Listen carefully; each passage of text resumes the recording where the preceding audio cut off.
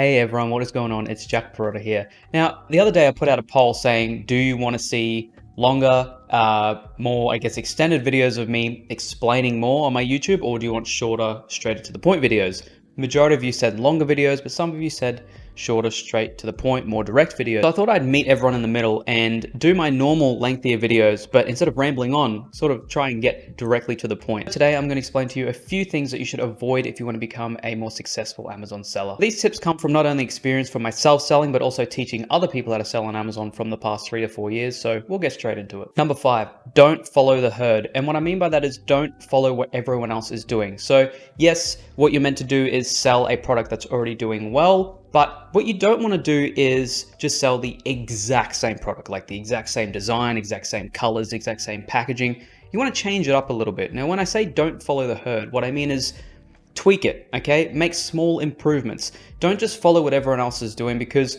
what a lot of people do is they just sell, let's just say we've got, I don't know, maybe like a baby blanket that's selling really well, or like a neck pillow that's selling really well.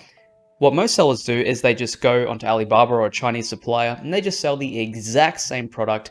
They don't change it up, they don't brand it, they don't add anything to it, they don't change the design, the color, the packaging, anything. And then they expect to make the same amount of sales as what the other sellers are. So let's say there's 2 to 3 sellers that are already doing 5 to 10,000 in revenue per month. They think, cool, I'm going to sell the exact same product. Now, what does that do in this case? This doesn't really create competition in the sense of what's better. It just creates competition as to, okay, these are all the same, what's cheapest? And this is in the eyes of the customer. So what it's going to be for you as a seller is a race to the bottom, because you're doing the exact same as everyone else.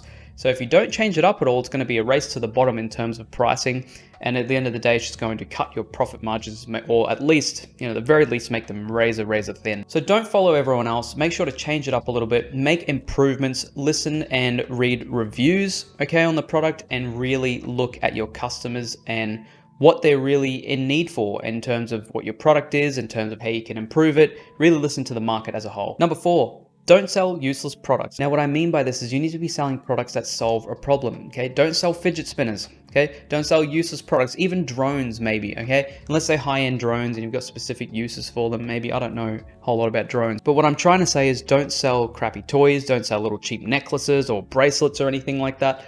Just don't do that, because there's no general use for it. Take, for instance, the 2 popular products that I sold while I was dropshipping in Australia, okay? One of them was a dental plaque scaler, help clean your teeth. The second one was a set of resistance bands to help people to do home workouts in the midst of COVID. It was solving a problem. It actually had use to it. So at the end of the day, make sure that your product is solving a problem. Don't sell useless products that is just going to be a gimmick that people can use for 5 minutes, because it's hard to grow that. It's hard to grow a brand around those kinds of products. You're looking to build a long-term source of income, maybe potentially a brand or a fully fledged business, and you can't do that by selling crappy products. Number 3, thinking that Amazon FBA will make you passive income, okay? At the end of the day, there's no such thing as purely passive income, okay? When you get to the point of Amazon FBA selling where you don't need to check on it as much, okay? When you've got everything set into place, you've got a strong foundation, it's somewhat semi-passive, okay? You still need to check on it. I would recommend checking on it daily or weekly, or at least every couple of days, to make sure that everything's going as planned, right? You still need to track inventory. You still need to do a lot of other things, right? There's no such thing as building an Amazon business where you just sit on the beach and then, every month you're making 5 to 10K in profit, and then that's it. Life's just so cool, and then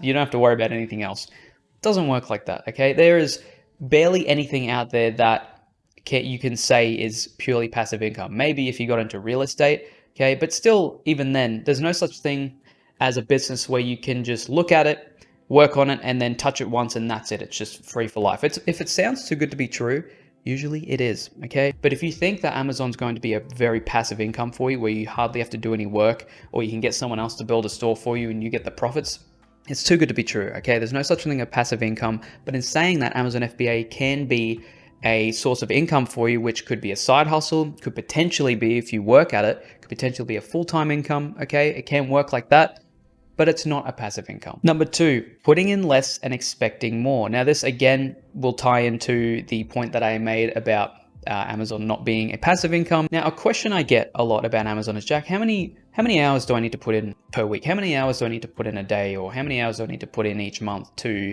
make this work? And in my opinion, that's the wrong question to be asking, because it's not how much effort you want to put in. That's just like asking, I don't know if you've heard the saying before, for the younger viewers, how long's a piece of string? In this case, that's saying that what you get out of it depends on how much time you put into it, okay? There's no such thing as saying, okay, if I put in 2 to 5 hours per week, I'm going to get 5,000, in sales per month. It doesn't work like, those metrics don't work like that, okay? What you need to be looking at it is, okay, what is my goal? Do I want to make an extra 200 in profit per week? Do I want to make an extra 4 grand in profit per week, 5 grand in profit per week? You set those goals and then you work towards them, okay? You got to stop thinking of it as a normal job, as, okay, I'm getting paid $25 an hour and, I work such and such amount of hours, I'll get this amount of money.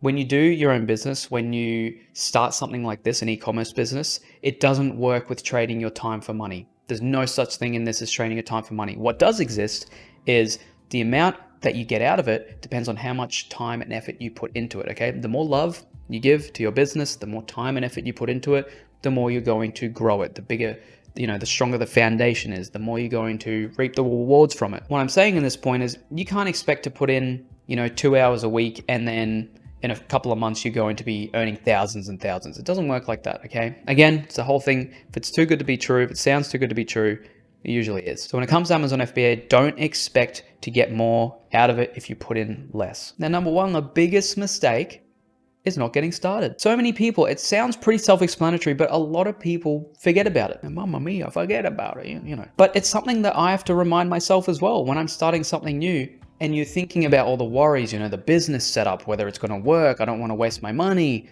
blah, blah, blah, blah, blah. But then you're thinking about the most important point of this is you haven't even started it yet. Okay, you haven't even given it a try, right? So my biggest thing and the biggest reason why a lot of people think that e-commerce as a whole, I'm not even talking about Amazon FBA, drop shipping, social media marketing, all these e-commerce businesses, most people, there are some people out there, not most people, but there are quite a few people out there that think that e-commerce or online business as a whole is a joke. And you look at these people, 99.999% of them, they haven't even tried it. Or some people have tried it, but they haven't put enough effort into it. They're going off point number 2 here. I'm pointing to it on my whiteboard. They're going by point number 2, putting in less and expecting more. And then they think, okay, well, I tried it for a good 2 weeks. I gave it my best for a good 2, or I gave it my best for a month or 2, and then they don't get what they want out of it, and then they think it's a scam.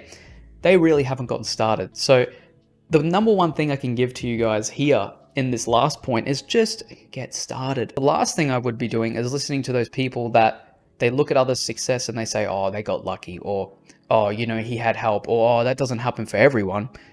Majority of people, unless they're a trust fund baby, or unless they got their wealth handed to them, people who have built these successful businesses, not just e-commerce businesses, people who have built these successful businesses, they did so because they got started. Do you think Elon Musk would have built Tesla or SpaceX if he just didn't start it? Wouldn't be here today. We wouldn't have Tesla cars if he didn't start it. Had Tesla cars. Do you think it was easy? I'll let you answer that for yourself. But the point that I want to drive home here is just get started.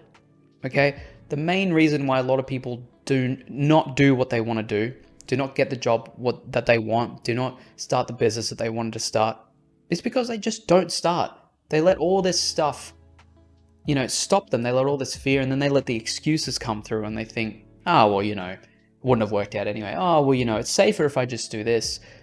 In my opinion, it's a lot more risky to not try things, because then you're just stuck. You're stuck in your shell. You're stuck in not doing things, not trying things, okay? But I don't want to ramble on. I'm done with that last point. So there's probably isn't 5 mistakes that you would expect to be on a normal list like this, but I think they're very practical, okay? This is coming from someone who has experience, but not only that, I have taught people for the last 3 to 4 years, from beginner, okay, to selling their first product, from beginner to selling those thousands per month, right? Taught people from the beginning, from knowing nothing to having their first product out, to selling those thousands per month, okay? So it does work. It takes time. See, these are the 5 mistakes that I would personally try and avoid when getting started, okay? This is coming from my own personal experience. Just try and learn from others, from other people's mistakes, learn from my mistakes. Now, this is the only time I'll mention this, but if you are interested in learning about Amazon FBA, especially about selling on Amazon here in Australia, check the link down below, ecomexcellence.com.au. Got over 900 students now in the past 3 to 4 years, and we've got some quite successful sellers selling in the AU market, some in the UK market as well. But if you want to get started selling on Amazon, I think it might be a good option to check out. So check the link down below for that. Apart from that, guys, I hope you guys are having a wonderful day or night, wherever you're watching. Stay safe. It's getting cold now. Very cold. But I love it. I love winter. Anyway, stay safe. See you guys in the next one.